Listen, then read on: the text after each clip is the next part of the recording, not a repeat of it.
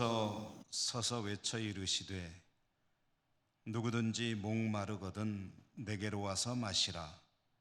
나를 믿는 자는 성경의 이름과 같이 그 배에서 생수의 강이 흘러나오리라. 아멘. 죄와 허물로 인해 죽어야 했던 저희들을 살리신 십자가의 은혜와 삶 가운데 베풀어 주시는 모든 은사들을 기억하며 오늘도 삼위일체 하나님 앞에 전심으로 예배 올려드립니다. 우리 예배를 기쁘게 받아 주시옵소서. 예수님 이름으로 기원하옵나이다. 아멘. 1장 찬송입니다.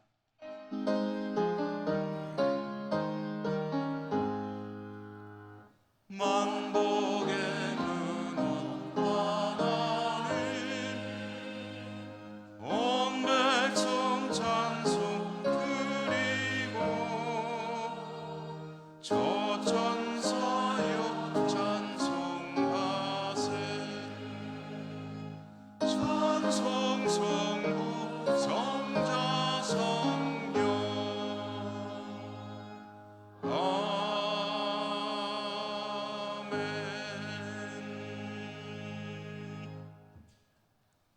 고백의 기도를 드리겠습니다. 자비로우신 하나님 아버지, 허물 많은 저희들을 향해 오래 참으시고 긍휼과 자비를 베풀어 주심에 감사드립니다. 6.25 한국 전쟁의 폐허 위에서 우리 민족을 오늘의 대한민국으로 축복하셨고 저희들 각자의 삶을 도우신 하나님 아버지, 민족적으로나 개인적으로나 모든 것이 하나님의 은혜인데 저희들은 그 은혜를 깨닫지 못할 때가 많았습니다. 힘들고 유급할 때는 하나님을 찾다가 그 일이 지나면 감사하지 아니하고 오히려 하나님을 잊고 살기도 했습니다. 하나님, 이 모든 부족함과 연약함을 불쌍히 여기시고 용서해 주옵소서. 저희들 내면에 신실한 믿음의 은사를 더하여 주시옵소서.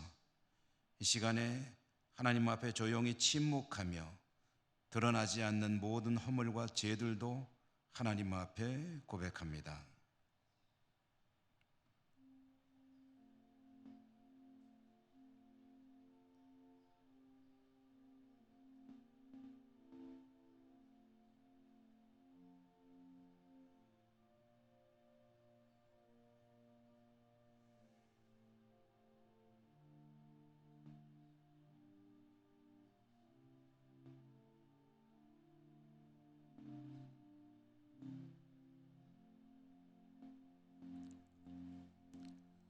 하나님의 사죄의 말씀입니다.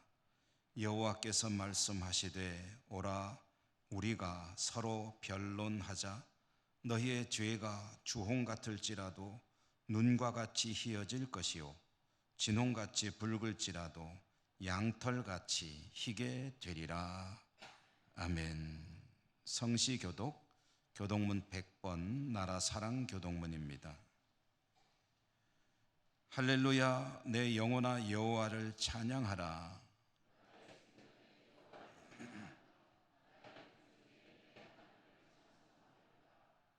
귀인들을 의지하지 말며 도울 힘이 없는 인생도 의지하지 말지니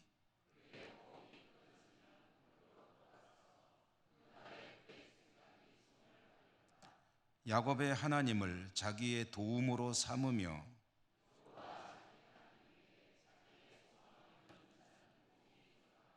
여호와는 천지와 바다와 그 중에 만물을 지으시며 영원히 진실함을 지키시며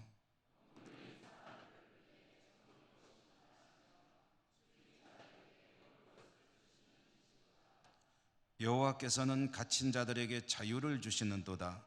여호와께서 맹인들의 눈을 여시며 여호와께서 비굴한 자들을 일으키시며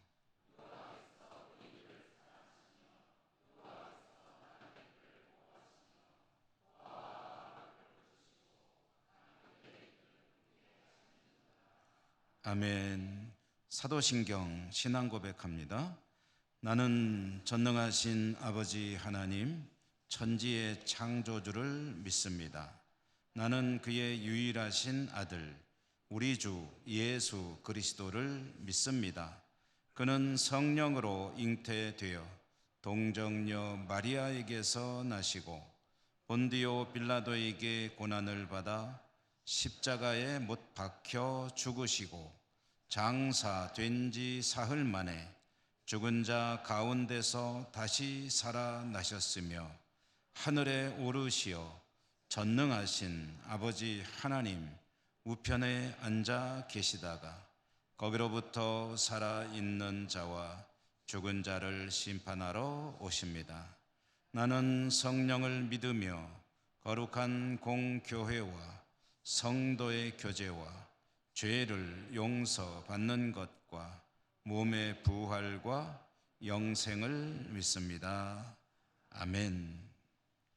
301장 찬송가입니다.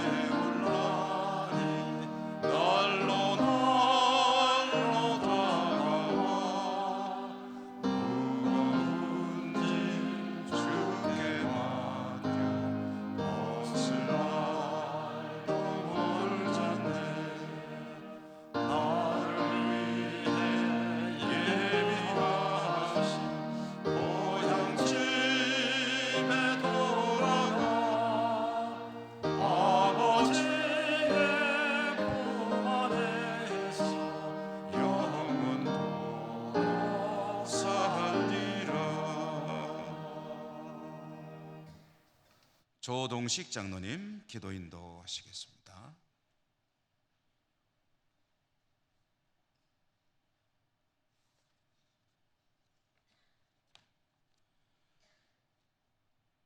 인류 역사를 주관하시는 창조주 하나님 아버지, 오늘도 거룩한 성일에 하나님을 경배하는 예배 자리로 저희들을 인도하심을 감사드립니다. 계절은 변함없이 흘러 금년도도 상반기 마지막 주일을 맞이하게 되었습니다. 수많은 일들이 우리 주변에서 일어난 가운데 저희들의 삶을 지켜주신 하나님, 오늘도 믿음의 연수만큼 좀 더 성숙된 모습으로 하나님 앞에 나와야 하는데 늘 부족하고 부끄러운 마음이 앞섭니다. 용서하여 주시옵소서. 물질적 풍요와 문명의 이기 속에 생활하는 저희들이 믿음을 지키기는 더 어려워졌고 하나님 앞에 죄를 범하는 것은 너무도 쉬운 회색 도시 같은 환경 속에서 살고 있습니다. 너희 대적 마귀가 우는 사자와 같이 두루 다니며 산길을 찾아다닌다고 사도 베드로가 권면을 했는데, 영적 전쟁 속에서 승리하는 저희들이 되게 성령님 도와주시옵소서. 언제 끝날지 모르던 코로나 질병 재난의 긴 암흑 터널을 지나 희망의 빛을 바라볼 수 있게 지금까지 잘 견디게 하시고 인도하신 하나님 감사드립니다. 그러나 코로나로 중단되고 편하게 믿음 생활하는데 익숙해버린 저희들이 열심을 낼 수 있도록 모이기를 힘쓰고 생명의 면류관을 얻기 위해 그리스도와 함께 고난받는 것을 기뻐할 수 있게 도와주시옵소서. 한 알의 밀이 땅에 떨어져 썩지 않으면 한 알 그대로 있고 썩으면 많은 열매를 거둔다고 주님께서 가르치셨는데, 우리는 내가 죽지 않고 내가 수고하고 헌신하는데 인색하고 주저하면서 많은 열매를 기대하고 있지 않았는지 돌아보는 시간이 되게 하소서. 교회를 위해서 기도드립니다. 우리 예천교회가 지역의 중심교회로서 선배들의 아름다운 신앙을 잘 이어받아 하나님 사랑, 이웃 사랑에 열심을 다하는 더욱 성숙한 믿음의 공동체가 되도록 연단시켜 주시고, 뜻이 계셔서 세우신 모든 중직들이 양무리의 본이 되게 하시고 겸손과 충성이 늘 앞서게 인도하여 주시옵소서. 교회가 계획 중인 교회학교 여름 수련회와 필리핀 단교 선교가 잘 준비되게 하시고 코로나로 중단된 여러 활동이 다시 진행될 수 있도록 도와주시옵소서. 택하신 사람들 통하여 역사하시는 전능하신 하나님, 이 나라 정치계도 간섭하여 국민들이 평안한 마음으로 생업에 종사할도록 지도자들에게 함께하여 정직과 지혜와 용기를 더하여 주시옵소서. 분단민족으로 늘 불안한 상황 속에 살아가는 우리 민족을 긍휼히 여겨주시고 복음을 들을 기회조차 없이 살아가는 북한 땅에 은혜를 베풀어 주시옵소서. 오늘은 동족 상잔 6.25 전쟁이 일어난 지 73년이 되는 날입니다. 이 땅에 다시는 전쟁의 비극이 없게 하시고 우리 민족이 연단받아 하나 되고 세계 선교와 평화를 귀하게 쓰임받는 날이 속히 오게 역사하여 주시옵소서. 코로나 상황 속에서도 꾸준하게 우리 교회의 많은 새신자들을 인도하심을 감사드립니다. 이분들이 교회에 잘 적응해서 귀한 가족으로 정착되고 믿음이 더욱 성장해 갈 수 있도록 도와주시기를 간구드립니다. 오늘 또 귀한 말씀을 준비하여 선포하시는 김영수 목사님, 성령님 붙잡아 주셔서 생명의 말씀을 전가하는 데 부족함이 없게 하시고 늘 건강과 지혜와 영성을 다하여 주시기를 원합니다. 하나님의 선한 능력과 손길이 오늘 또 예배에 참석한 모든 성도님들에게 늘 함께 하셔서 모두가 주의 일에 열심을 낼 때에 하나님께서 나에게 어떻게 역사하시며 기쁨과 감사하는 삶의 은혜를 체험하게 하소서. 믿음 변함없이 봉사하며 영광 올려드리는 호산나 찬양대회를 축복하여 주시고 정성을 다해 준비한 아름다운 찬양을 기쁘게 받아주시기를 간절히 바라며 우리 주 예수 그리스도 이름으로 기도드립니다. 아멘.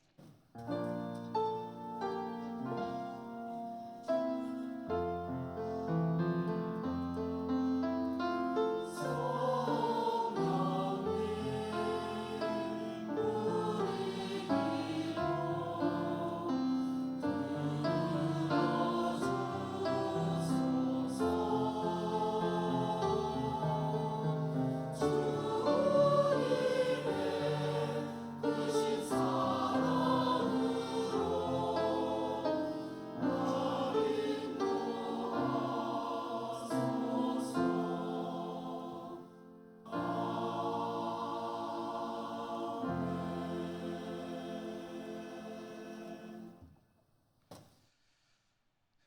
오늘 하나님께서 주시는 말씀을 봉독합니다.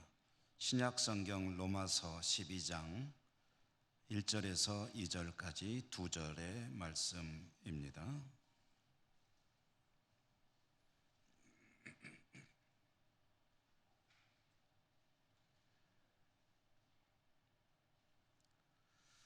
그러므로 형제들아, 내가 하나님의 모든 자비하심으로 너희를 권하노니 너희 몸을 하나님이 기뻐하시는 거룩한 산 제물로 드리라.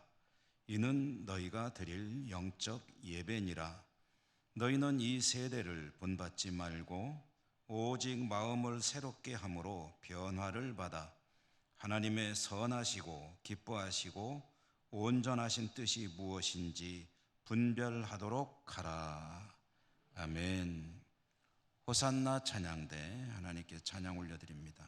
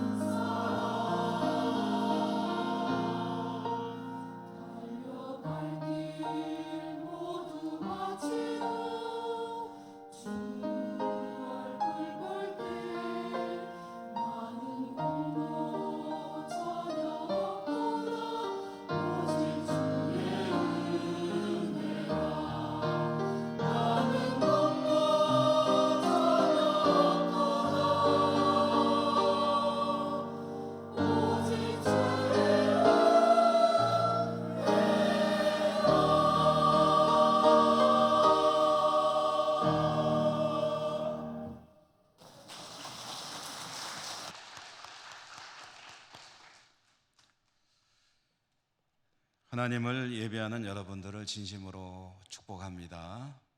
은혜 풍성하시기를 기원 드립니다. 오늘 예배라는 제목으로 말씀을 전해드립니다. 로마서 말씀을 5번 설교하겠습니다 라고 말씀드렸고, 오늘 4번째로 12장의 말씀을 함께 나누겠는데요. 지나온 내용을 아주 간략하게 잠깐 되짚어 보는 것이 좋을 것 같습니다. 사도 바울은 로마 교회가 견고하고 든든한 교회로 서기를 기대하며 편지를 썼습니다. 지금의 우리가 가지고 있는 로마서입니다. 이렇게 기대를 가지고 써내려간 편지의 첫 시작은 믿음 이야기였죠. 그 믿음이 뭐냐? 믿음은 순종이다 라고 이야기했습니다. 복음 이야기도 꺼냈습니다. 복음은 죄인을 구원하시는 하나님의 은혜입니다. 로마에 있어 하나님의 은혜를 입은 성도들, 그 은혜를 입은 사람들, 그들은 하나님의 은혜에 합당하게 믿음 생활도 하고 살기도 해야 합니다. 그렇게 살아가는 것을 로마서 5장에서는 하나님과 화평하는 것이라고 말했습니다. 그러니까 우리의 믿음은 순종해서 하나님과 화평하는 것으로 이어져야 합니다. 주님과 화평하는 삶이라는 것은 좀 더 쉽게 표현하면 주님과 사이좋게 지내는 거죠. 사이좋게 지낸다는 것은 주님의 뜻을 존중하는 것이고 주님께서 기뻐하시는 것을 위해 살아가는 것이다. 그런데 그렇게 사는 것이 쉽지가 않습니다. 그렇게 살고 싶은 마음의 소원은 있다 하더라도 현실 속에서 그렇게 사는 것이 쉽지가 않기 때문에 그러면 어떻게 해야죠? 라고 물어볼 수밖에 없지요. 거기에 대해서 사도 바울은 대답해 줬습니다. 성령 안에서 가능합니다. 그러므로 하나님의 은혜에 합당하게 살길 원하는 이들은 성령 안에 있어야 합니다. 근데 성령 안에 있는 것은 그냥 저절로 있어지는 것이 아니죠. 성령 안으로 가야 성령 안에 머물 수가 있습니다. 그래서 저는 이것을 성령 안으로 이사 갑시다 라는 말로 표현을 했죠. 여러분 예천이 좋으세요? 안 좋으시군요. 서울이 좋으세요? 신도시가 좋으세요? 서울이 좋으면 서울에 살고 싶으면 서울로 이사 가야 되고, 도청 신도시가 살기 좋다, 그리로 가고 싶다, 거기서 살고 싶다 하면 거기로 이사 가야 하고, 우리 예천과 같은 조용한 전원 생활이 좋다 싶으면은 귀촌 이사를 와야 그렇게 살 수가 있죠. 성령 안에 사는 것이, 성령 안에 머무는 것이 좋다라고 생각한다면 생각만 해서 가지는 것이 아닙니다. 그곳으로 이주해야 합니다. 이사 가야 합니다. 성령 안으로 내가 옮겨가야 한다는 것이죠. 여러분 성령 안에서 살아가시는 복된 삶이시기를 주님의 이름으로 축복합니다. 하나님께서 우리를 부르셨습니다. 부르셨기 때문에 하나님 백성으로 살아가고 있습니다. 하나님께서 부르실 때는 이유와 목적이 있습니다. 옛날에 그런 노래가 있었죠. 왜 불러? 잘 모르시는군요. 그런 노래가 있었습니다. 왜 불러? 뭐 그래가면서 따지듯이 부르는 것은 이유가 있습니다. 왜 부른 하나님은 왜 부르셨을까요? 하나님에게 부르시는 이유와 목적이 있습니다. 무엇일까요? 그것은 함께 사는 것입니다. 하나님이 저도 여러분도 지금까지 살았던 모든 이들과 함께 살길 원하십니다. 이것은 다른 말로 하면은 동거이기도 하고 동행이기도 하고 사귐이라고 해도 됩니다. 교제라는 뜻도 들어 있습니다. 함께 교제하고 사귐을 가지며 더불어 살아가는 것, 그것을 위해서 하나님은 저도 여러분도 부르시고 로마에 살고 있는 성도들도 부르셨습니다. 하나님의 백성들을 부르시기 위해서 하나님께서 하신 일이 있습니다. 그 내용이 복음입니다. 우리가 사도신경으로 예배 때마다 되뇌이는 내용이 그것이죠. 복음, 흔히 캐리그마라는 말로도 표현되는 이 복음의 줄거리, 다시 한번 이야기해 볼까요? 하나님은 그리스도를 이 땅에 보내시고 구원하실 것을 선지자들을 통해서 예고하셨습니다. 예언이죠. 그리고 예고대로 다윗의 혈통 가운데서 메시아가, 그리스도가 태어나셨습니다. 그는 이 땅에 오셔서 여러 가지 일들을 하셨고 십자가에서 죽으셨습니다. 그것은 저나 여러분 우리들의 죄를 사하시기 위함이었습니다. 죽으신 주님은 사망 권세 아래에 계실 수가 없기 때문에 사흘 만에 부활하시죠. 부활하신 주님은 승천하셔서 하나님 보호자 우편에 앉아 계십니다. 그리고 주님의 날이 이르면 다시 오실 것입니다. 재림이죠.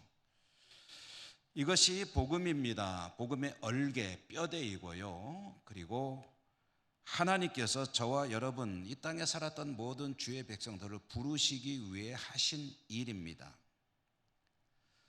죄 가운데 대책 없이 멸망을 향해 끊임없이 달려가고 있던 저나 여러분 우리들, 이 땅의 모든 이들, 그들을 사랑하셔서 구원하시려고 부르신 하나님의 이유 목적은 함께 사시기 위함이다. 놀라운 하나님의 은혜입니다. 안 놀라우십니까? 하나님의 은혜는 정말 놀랍습니다. 그 은혜를 입은 사람들이, 저도 여러분도 그리고 로마에 있는 성도들도 다 은혜를 입은 사람들이죠. 자, 이제 오늘 말씀으로 들어가 보십시다. 12장 1절의 말씀이 어떻게 시작되죠? 그러므로 형제들아, 내가 하나님의 모든 자비하심으로 너희를 권하노니. 이 말씀을 좀 풀어보면 로마의 형제들이요, 우리가 하나님의 그 놀라운 은혜를 입은 사람들이기 때문에 그런 은혜를 입었으므로, 그러니 이제는 어떻게 해야 할 것인가 라는 질문을 또 한 번 하는 겁니다. 하나님의 놀라운 은혜를 입었으니 어떡하죠? 아이고 고맙습니다 하고 그냥 살면 되나요? 그게 아닙니다. 은혜를 입었으면 은혜에 합당한 삶을 살아야 되는데, 그러면 어떻게 하라는 말입니까? 이어지는 말씀에 보니까 너희 몸을 하나님이 기뻐하시는 거룩한 산 제물로 드리라. 이것이 너희가 드릴 영적인 예배다 라고 이어서 말씀을 하십니다.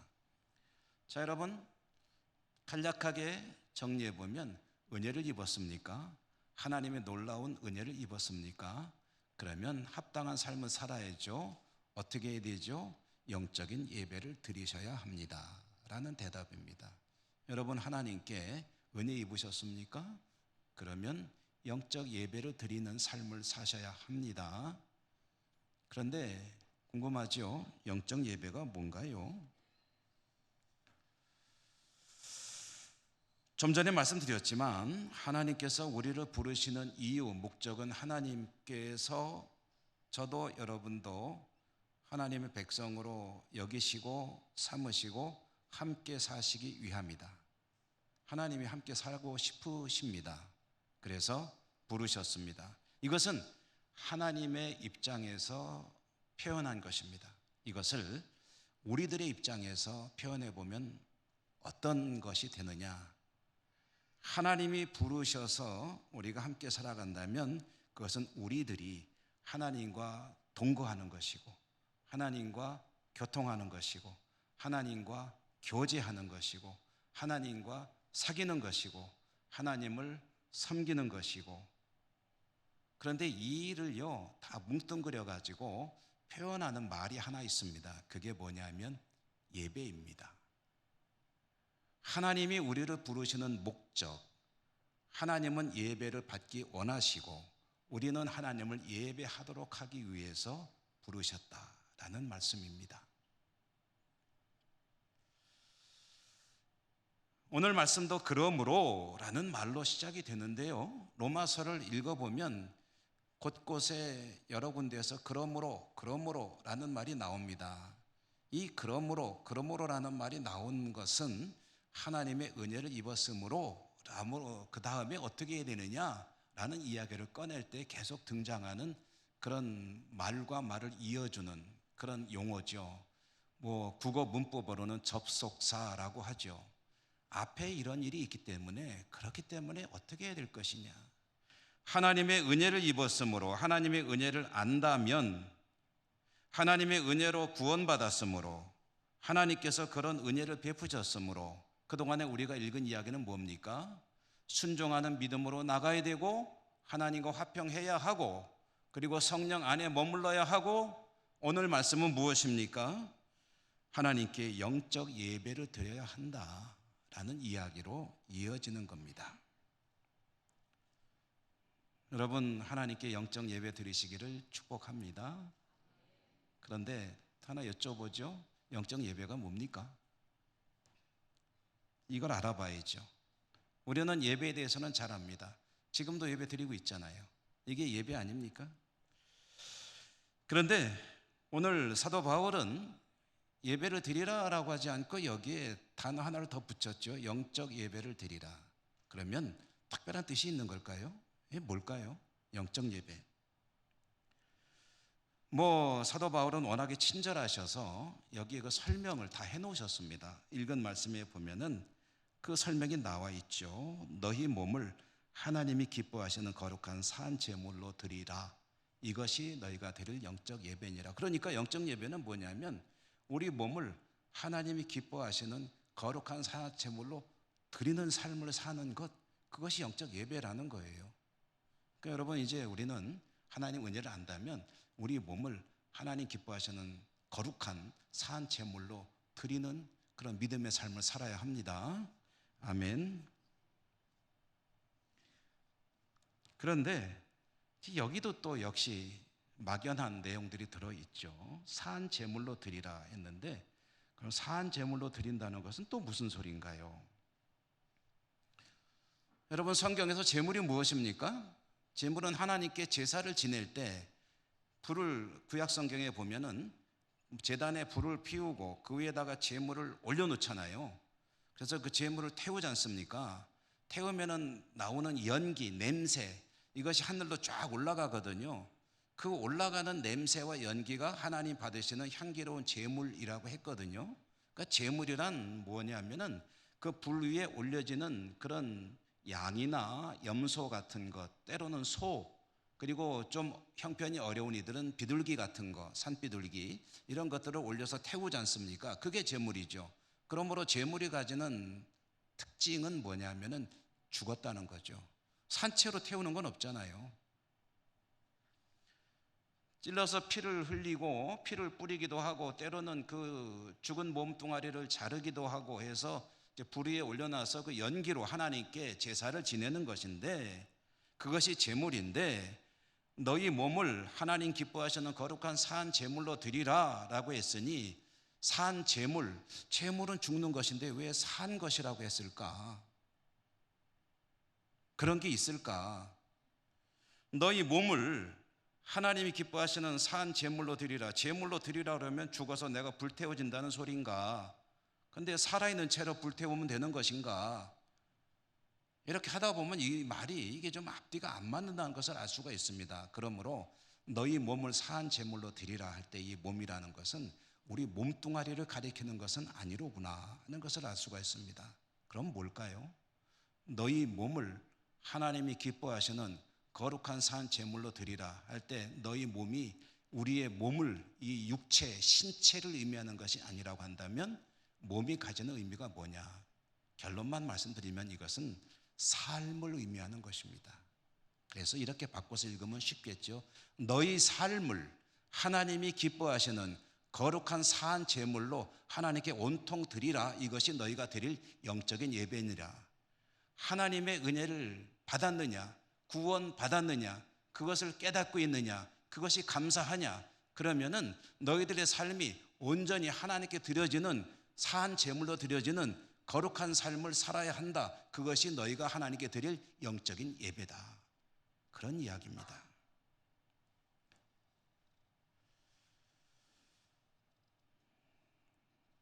너희들의 삶을 하나님 기뻐하시는 거룩한 산제물로 통째로 드리라 라고 했을 때 조금 더 구체적으로 말씀해 주실 수 없을까요? 라고 질문한다면 오늘 12장의 2절의 말씀을 읽으면 그것이 대답이 될 것입니다. 12장 2절은 우리가 함께 한번 읽어보도록 할까요? 스크린에 나와 있습니다. 소리를 내서 한번 읽어보겠습니다. 너희는 이 세대를 본받지 말고 오직 마음을 새롭게 함으로 변화를 받아 하나님의 선하시고 기뻐하시고 온전하신 뜻이 무엇인지 분별하도록 하라. 아멘. 자, 하나님께 우리의 삶을 다 드리는 것이 구체적으로 뭔가요? 그 내용은 이런 것입니다. 너희는 이 세대를 본받지 말라는 거예요. 그러면 이 세대가 살아가는 방식이 있겠죠? 이 세대를 살아가는 사람들이 지향하는 목표가 있겠죠? 여러분, 무엇을 위해 살아가십니까? 주님을 이 세대라고 했기 때문에 이것은 주님의 백성들과 좀 구분하는 의미 아니겠습니까? 그러니까 주님을 모르는 사람들이 그들의 삶을 나름대로 충실하게 열심히 살기 위해서 달려가는 삶의 어떤 방향이 있고 그런 모습이 있는데 너희는 그렇게 살지 말라는 거죠. 이 세대를 본받지 말라. 주님을 모르는 이들이 추구하는 가치관과 세계관, 인생관과는 다른 삶을 살아야 하지 않겠느냐. 이것은 우리에게 익숙한 또 한 가지 다른 말로 표현해 본다면 거룩을 추구하는 삶입니다. 제가 거룩은 기쁨이라고 말씀드렸죠. 그런데 그것을 내용이라고 한다면 거룩이라는 말을 어원으로 따져보면 다르다는 뜻입니다. 다르다는 데서 나온 말이 거룩입니다. 그러면 보통 사람들은, 주님을 특별히 모르는 사람들은 세상에 어떤 자신의 욕망을 위해 살아가는 이들은 열심히 살죠. 그렇게 살아가는 사람들은 이렇게 살아가고 있다 할 때에 그들의 삶을, 목표를, 가치관을, 인생관을 본받지 말고 너희들은 다른 방향으로 가는데 그게 뭡니까? 주님의 뜻을 분별하라. 주님의 뜻을 향해 달려가는 것입니다. 여러분, 모든 사람들이 자신의 욕망을 위해 끊임없이 연구하고 뛰고 다투고 때로는 치열하게 싸우면서 살아가는 것이 우리의 삶의 현장 아닙니까? 적어도 주님의 은혜를 아는 이들은 그들과 똑같이 살면 안 된다는 이야기예요. 모든 사람들이 그쪽으로 달려가고 있더라도 과감하게 용기 있게 쭈삣거리지 말고 망설이지 말고 주님이 가리키는 방향을 향해 만약에 운전으로 비유한다면 핸들을 틀어야 합니다. 틀고 주님이 기뻐하시는 그곳을 향해 달려가는 삶을 사는 것, 그것이 바로 내 삶을 하나님께 드리는 삶이고 그것이 영적인 예배다라는 이야기입니다. 그렇게 살아가는 것이 순종의 믿음이고 그렇게 살아가는 것이 하나님과 화평하게 사는 것이고 그렇게 사는 삶을 가능하게 하는 것이 성령 안에서 살아가는 것이고 오늘 말씀으로 보면은 그것이 영적 예배를 드리는 삶이다 라는 이야기를 사도는 로마의 성도들에게 들려주고 있는 것이고 또 오늘 하나님은 우리들에게 그 이야기를 들려주고 계십니다. 이렇게 살아가는 것이 올바른 믿음, 참된 믿음입니다. 그것이 교회 공동체를 건강하게 세우는 믿음입니다. 그리고 그렇게 살아갈 때에 구원에 이르는 올바른 믿음의 길을 걸어갈 수 있습니다. 여러분, 하나님의 은혜가 참 놀랍습니다. 별로 놀라워하지 않으시는군요. 하나님께서 저나 여러분 우리들을 구원하시기 위해 하신 일을 말씀드렸죠. 그 중에 하이라이트는 아들도 주신 것입니다. 아들을 주셨다니까 아이고 하나님께서 뭐 그렇게 하시고 어차피 죽었다가 살아나실 것이고 뭐 다 아시니까 그러겠지 그것이 뭐 그렇게 큰일이겠는가라고 우리는 잘 실감을 못합니다. 그런데요 여러분 아들을 준다고 한번 생각해 보십시오. 그게 얼마나 기가 막힌 일입니까? 아들이 십자가에서 그 모진 고통을 겪으면서 울부짖으면서 아버지 어찌 나를 버리시나이까라고 불부짖고 외칠 때에 카텐을 쓱 닫고 외면하는 아버지의 심정을 한번 생각해 보십시오. 왜 그런 걸 하시죠? 해야 될 이유가 없습니다. 그런데 하셨습니다. 왜요? 저나 여러분들을 사랑하셔서 데리고 더불어 사시려고 그 일을 하신 겁니다. 그것이 하나님의 은혜이고 그 일을 생각하면 얼마나 놀라운 은혜냐라는 것이죠. 그와 같은 엄청난 일을 하나님은 우리에게 공짜로 베푸셨으므로 그것이 은혜이고 은사라고 하죠. 그렇게 아들을 주신 하나님은 우리가 죄 가운데 살아갈 수밖에 없는 연약한 존재라는 것을 잘 아십니다. 그러므로 혹여 죄를 범하더라도 하나님 앞에 나가서 죄를 고백하면 용서해 주시는데 용서받지 못할 죄가 없다고 하셨습니다. 무엇이든지 용서를 구하면 하나님은 다 용서하십니다. 어떻게든지 하나님은 우리들을 하나님의 나라로 데려가셔서 영원히 함께 살려고 모든 것을 다 하십니다. 그러다 보니 하나님의 은혜는 공짜라는 의미에서 굉장히 값싼 것으로 여겨집니다. 그런데 여러분 잘 기억해야 됩니다. 하나님의 은혜는 절대로 값싼 것이 아닙니다. 하나님은 우리에게 모든 것을 허락하십니다. 그렇지만 그 백성들이 죄의 길로 끊임없이 갈 때 똑바른 길, 주님께서 바라시는 길을 가야 되는데 꾸불꾸불한 길로, 그리고 이 길에서 이탈해서 자꾸 멀어지는 길로 가려 할 때 그때에도 무조건 구원하지는 않으십니다. 엉뚱한 길로 계속 나가버린다면 그것은 어쩔 수 없습니다. 그래도 구원하시느냐? 아니에요. 하나님의 은혜라는 것이 우리가 어떻게 살든지 다 좋다 하시면서 하나님 나라로 들어가게 하시는 그런 것은 아니라는 거예요. 이렇게 표현을 합니다. 어떻게 살더라도 구원해 주시는 마법의 지팡이가 아니다. 합당하게 가야 할 길을 갈 때 구원에 이르게 되는 것이다. 그럼 하나님의 은혜는 뭐죠? 이탈한 사람은 그냥 놔둡니까? 그건 아니죠. 만약에 구불구불한 길로, 죄의 길로 마땅히 가야 할 길을 벗어나서 엉뚱한 데로 가고 있는 이들을 이 길로 돌아오게 하시기 위해서 하나님은 많은 일들을 하십니다. 필요하다면 매를 드실 때도 있습니다. 때리시기도 하고요, 고통 가운데 있게 하실 때도 있습니다. 그렇다면 그 목적이 무엇입니까? 바른 길로 돌아오게 하시기 위함이죠. 그러면 이 메추리까지도 하나님의 은혜임을 알 수가 있는 거죠.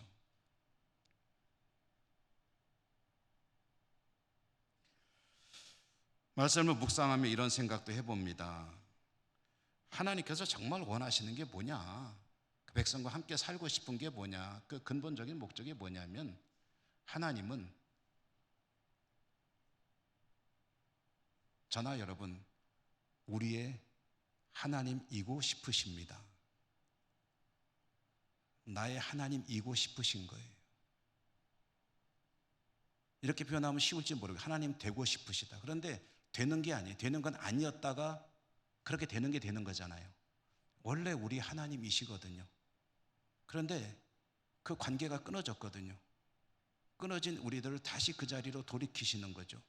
그러니까 원래 그 자리로 돌아가시고 싶으신 거예요. 하나님이고 싶으십니다. 여러분 각자의 마음속에 한번 이렇게 생각해 보십시오. 하나님은 나의 하나님이고 싶으시다.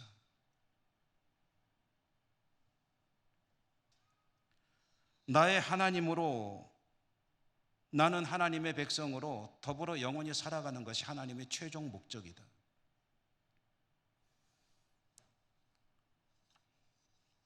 말씀을 묵상하며 그런 생각을 해봅니다. 저도 자녀 아이들을 둘을 낳아서 키웠습니다.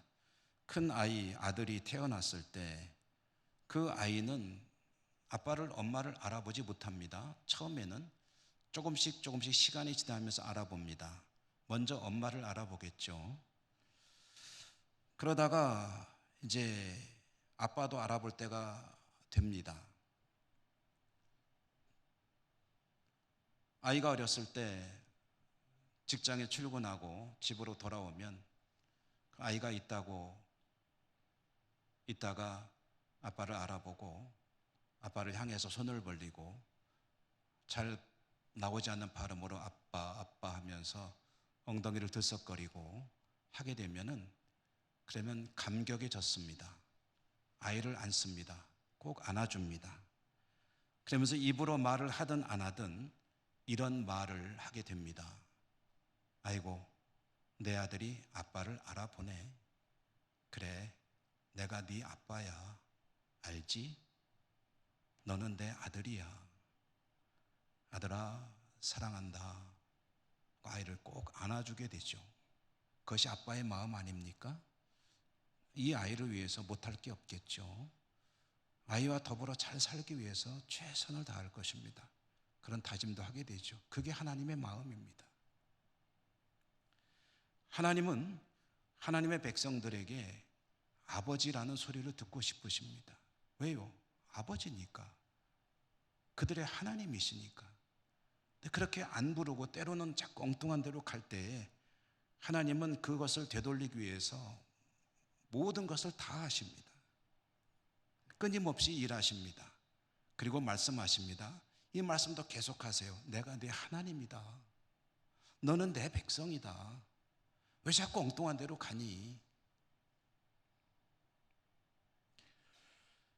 하나님이 그 백성이 하나님이시라는 사실을 잘 들려주는 이야기 한 토막을 구약 성경에서 가져와 본다면 출애굽기가 아주 좋은 그런 예가 될 것입니다.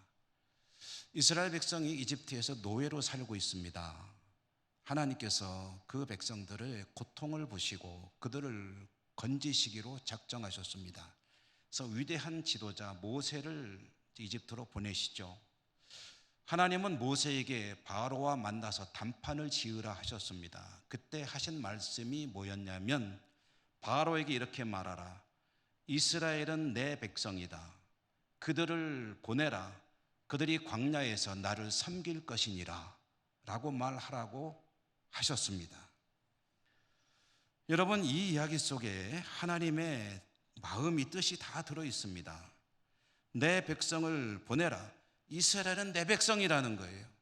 나는 그들의 하나님이고 그들을 광야로 보내라. 광야에서 그들이 나를 섬길 것이니라. 이 섬긴다는 말이 다른 말로 하면 예배입니다.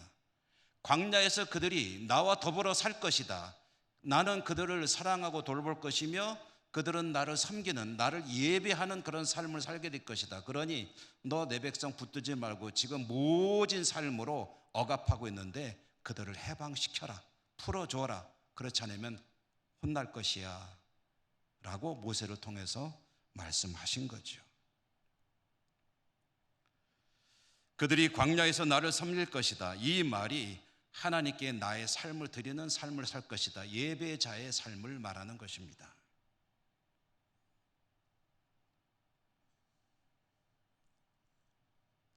여러분, 하나님의 은혜를 잘 깨닫고 계십니까? 그러면 여러분은 하나님을 예배하는 삶을 사셔야 합니다. 예배가 무엇입니까? 이 예배당에 모여서 하나님을 정해진 시간에 예배하는 것은 기본 중에 기본입니다. 이것이 다가 아니에요. 이건 아주 핵심 중에 핵심이에요.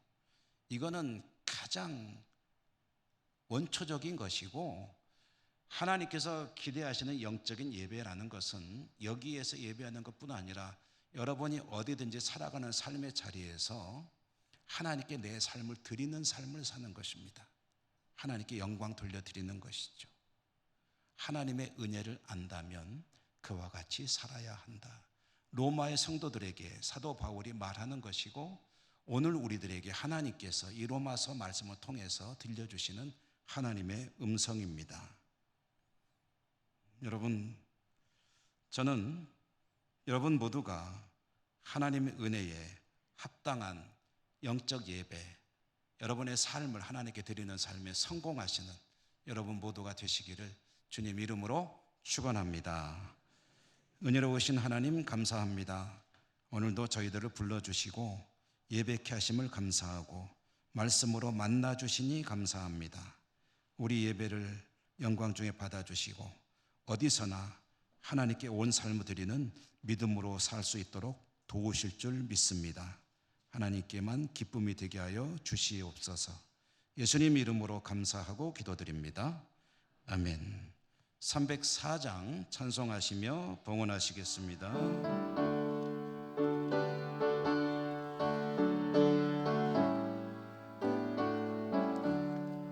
그 크신 하나님의 사랑 말로 다 영영 못하네. 저 높고 높은 별을 넘어 이 낮고 낮은 땅 위에 죄범한 영혼 구하려 그 아들 보내사 화목제물 삼으시고 죄 용서하셨네. 하나님 크신 사랑은 증량 다 못하네. 영원히 변치 않는 사랑 성도여 찬양하세. 괴로운 시절 지나가고 땅 위에 영과 쇠할 때 주 믿지 않던 영혼들은 큰 소리 외쳐 울어도 주 믿는 성도들에게 큰 사랑 베푸사 우리의 죄 사했으니 그 은혜 잊을까. 하나님 크신 사랑은 증량 다 못하네.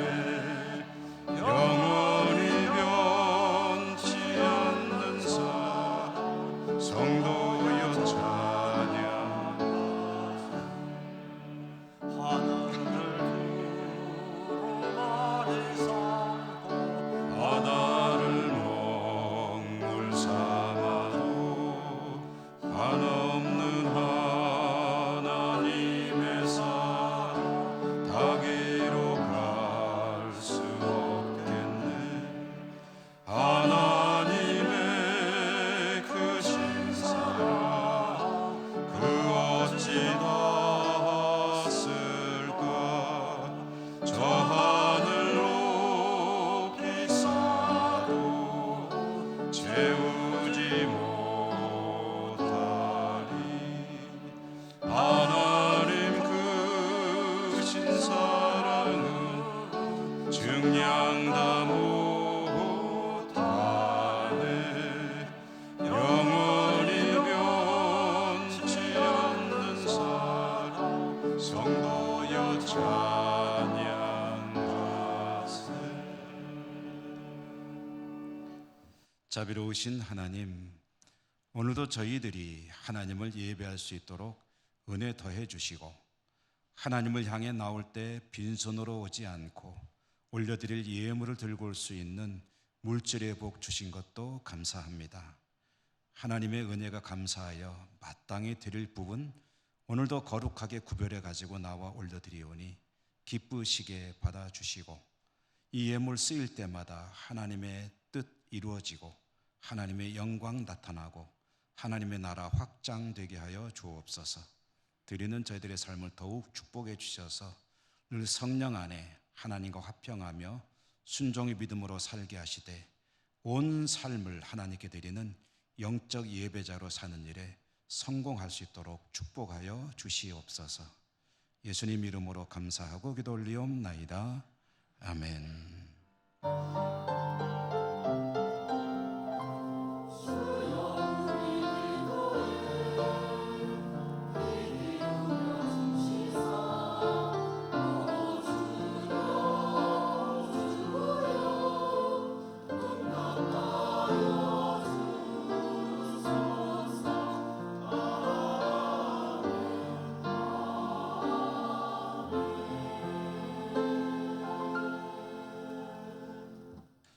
교회 소식을 전해드립니다. 다음 주일은 맥주 감사 주일입니다. 맥주 감사 주일은 구약 성경에 의하면 밀과 보리를 추수하고 지내는 일종의 추수 감사 절기인데요.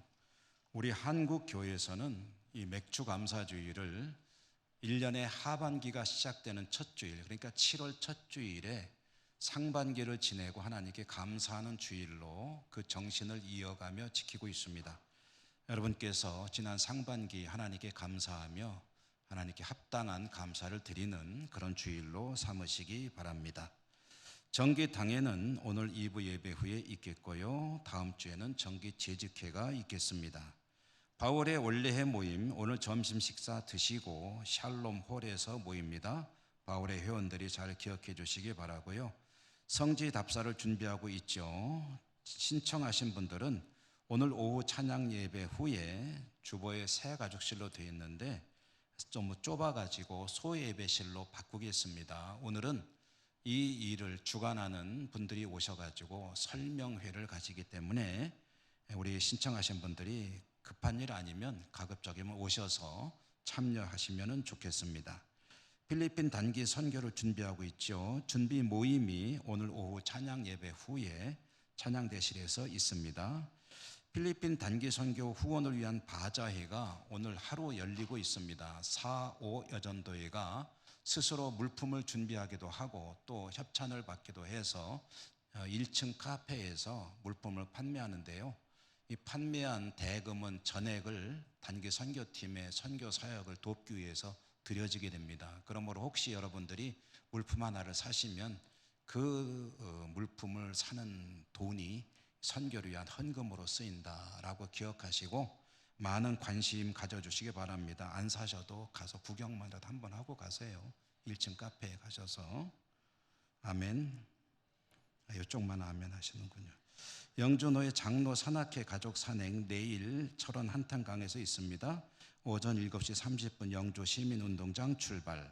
39회 영남 어린이 대회 7월 1일 대구 충성교회 우리 교회 어린이들 6명이 출전하게 되겠습니다. 예천군 기독교연합회 조찬 기도회는 7월 1일 오는 토요일 오전 6시 30분 호명교회 분당에서 있게 됩니다. 오늘 중식으로 해서 여전도에 수고해 주셔서 감사합니다. 잘 먹겠습니다. 이사분기 성경 읽기 문제 마감합니다. 오늘까지 내주시고요.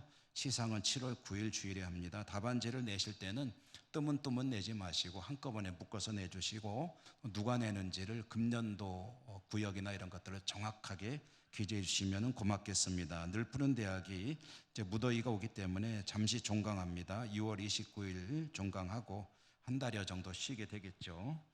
9월 달에 개강하게 될 것입니다. 교우동정 정근혜 집사님 부친별세하셔서 장례하였는데요.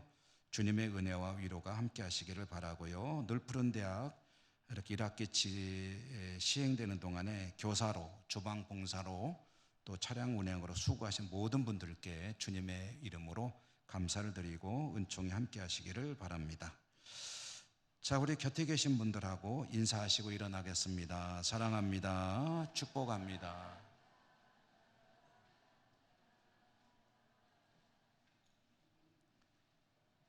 주기도송과 축도로 예배를 마칩니다.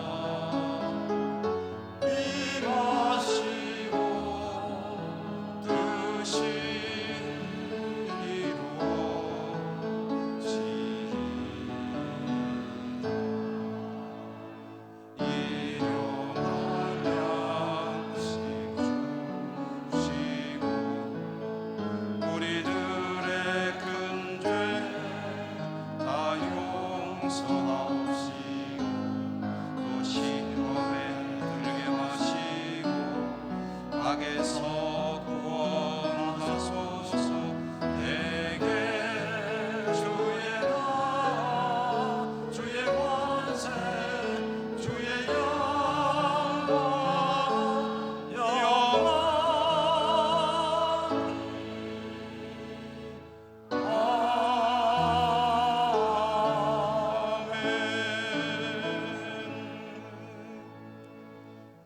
자비로우신 하나님, 하나님께서 그리스도 피값으로 사신 주의 백성들, 하나님을 예배하고 다시 삶의 자리로 나갑니다.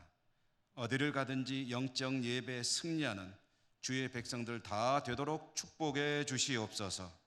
여러 곳에 흩어져 살아가는 우리 사랑하는 가족들에게도 은혜 내려주시고 복다하여 주시옵소서. 예수님 이름으로 감사하고 기도 올리옵나이다. 아멘. 주 예수 그리스도의 은혜와 하나님 사랑과 성령님 교통하심이 주의 백성들 머리 위에, 저들의 모든 삶의 자리 위에 항상 함께 하시옵기를 축원하옵나이다. 아멘.